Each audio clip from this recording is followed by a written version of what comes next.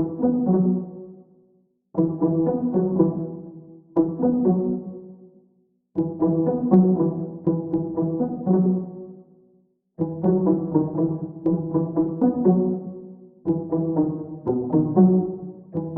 Antananarivo renivohitra indray fotohiny ilay raharaha fitokonana izay ataon'ireo mpivarotra amoron-dalana dia hita fa mbola mafana hatrany ny toedrarah any an-toerana any amin'izao fotoana izao ary tsy mitsahatra ireo izay mpivarotra amoron-dalana manao fitakiana etsy sy eroa na dia efa miezaka mitady vahaolana isan-karazany aza ny ben'ny tanàna ny Antananarivo renivohitra amin'izao mba hifampirarahana amin'ireo mpivarotra amoron-dalana ireo. Ka ny pitsopitsony mahakasika an'izay no fakafakaina amintsika atao anatin'ity vidéo ity ka manasa antsika rehetra anaraka an'ity vidéo ity hatramin'ny farany. Aza dino ny milaiky ny vidéo antsika ary tsara hovatrany ny miabone amin'ny chaîne antsika mba ahafahanareo manaraka tsy tahapaka ny vidéo zay lefa nahita isan'andro. Tsy ampidrela mo isika fa avy hatrany tonga de vavany ndao ary.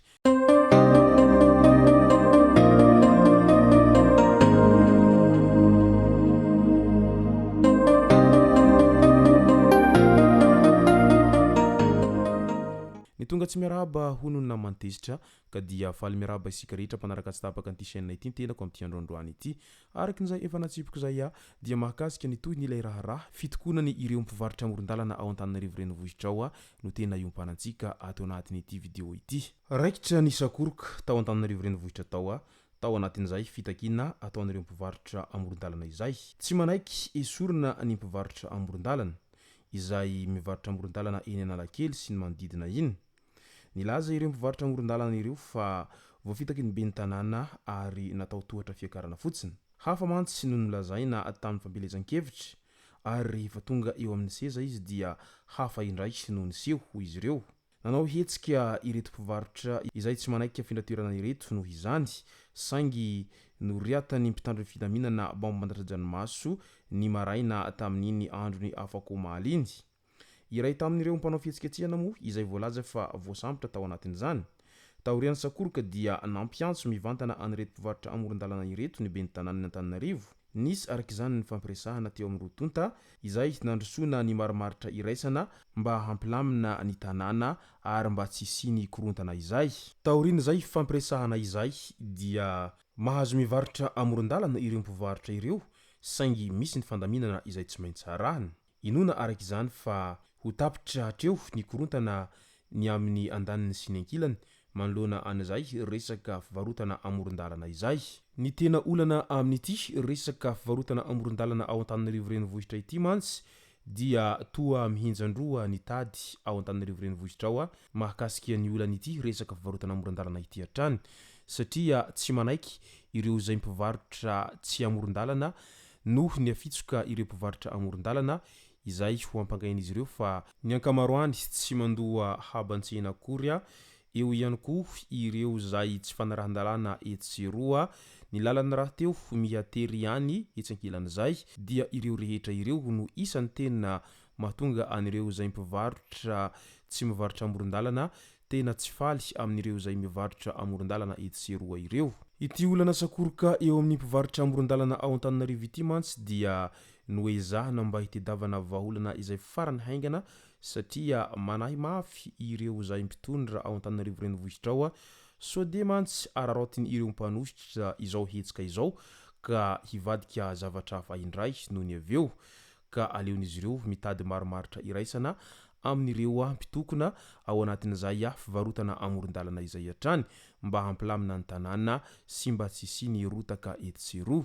Manoloana an'ity fihetsiketsehana ity hatrany dia azo lazaina fa nahomby amin'ny ampahany ihany ny fitakiana izay nataon'ireo mpivarotra amoron-dalana ireo ao Antananarivo renivohitra ao satria mantsy tazana fa nobahanan'ireo mpivarotra amoron-dalana tanteraka tao anatin'ny ora maromaro ny arabe izay mifanandrify ny lapan'ny tanàna any an-damosina tamin'iny andro ny omaly iny saingy tsy tena sahiny hetsika nanala azy ireo mpitandro ny filaminana.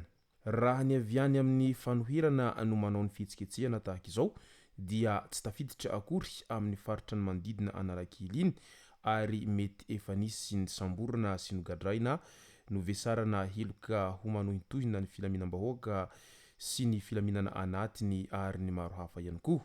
Mety efa nandeha ny fanambarana nataony OMC ny lazana fa hetsika tsy nazahoana lalana ary manohintohina ny filaminana saingy toa notazanana ihany anefany ireto mpivarotra amoron-dalana izay tonga marobe teo anoloany lampantanàna izay. Midika izany fa tsy tia hita ny hisiany rotaka ny mpitondra amin'izao ankehitriny izao fa aleon'izy ireo zavatra milamina ihany satria tsy misy ny tombontsoa azo avy amin'izay fisiany rotaka etseroa izay.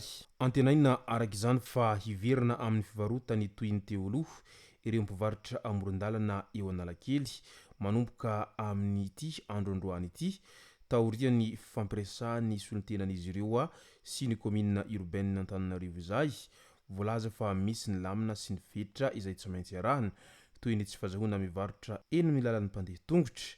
Misy koa ny ampahan'ny lalana voalaza fa ho azo ampiasaina ferana ho 70 cm ny ahavon'ny latabatra azon'ny mpivarotra ampiasaina izay tsy azo atao kesika. Hisy ny fanaraha-maso hentritra mikasika ny fanajana izany manomboka amin'ity androandroany ity araky ny dinidinika izay ny fanaovany ireo solontenan'ny mpivarotra amoron-dalana sy ny commune urbaine Antananarivo hatrany taoriana izay fihetsiketsehana izay nahitana korontana miendrika tsy fahafaliany ireo mpivarotra amoron-dalana izay.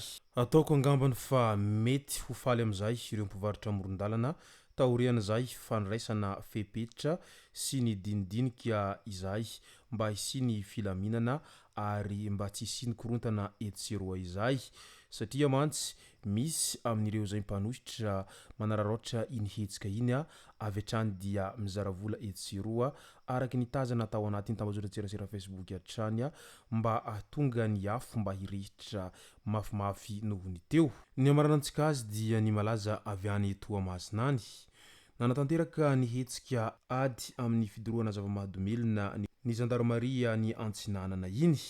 Tamin'izany no nahitana tanimboly izay tavy sy ala mirefy 13 hara eo no eo nambolena rongony miaraka amin'ny vary aloha tany amin'ny commune Ambodilazana sy Ankarongambe distrikany Toamasina faharoa iny.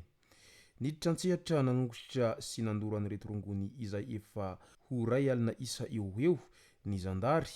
Ankoatr'izay dia mbola nahitana rongony maina milanja 560 kg ihany koa tany an-toerana.